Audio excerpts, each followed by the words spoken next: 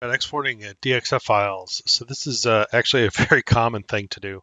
So we're going to come in and just type in export DXF, and you'll notice that there's a model DXF function here. This will by default use the active drawing, but you can also specify specific drawing names if you want to. You can also rename them as they're being exported to a different name or write them to a subdirectory with a different name. So I'm going to just take this one as it is right now, and we're just going to run this as it is. And you'll notice here that it did write out that DXF file. So if I open this up in Creo, it automatically detects the format. We'll just go ahead and take it to the defaults here, and you'll see that we actually have that DXF imported. Of course, the formatting of this depends on how your export settings are and also your import settings to the target system that you're working with. But fundamentally, it works pretty well. So I'm going to just show you real quick. Another couple things here is that these will generate log files, and sometimes it's easy to write this to a subdirectory just so you have a cleaner location for writing all this content to. So we're going to do a dir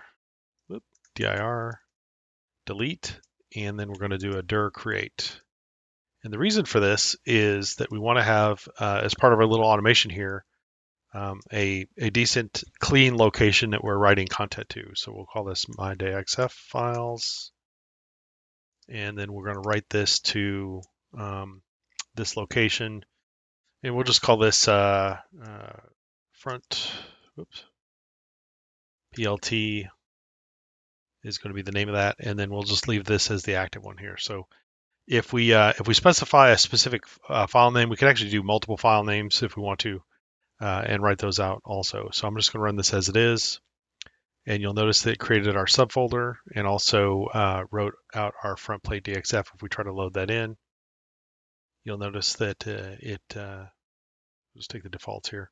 It brings that back in just fine also. So there it is, writing to a target directory with a new name. And of course, you could specify a specific file name if you want to as your input, which drawing you want to process, and then write a whole bunch of these and do multiple files at the same time.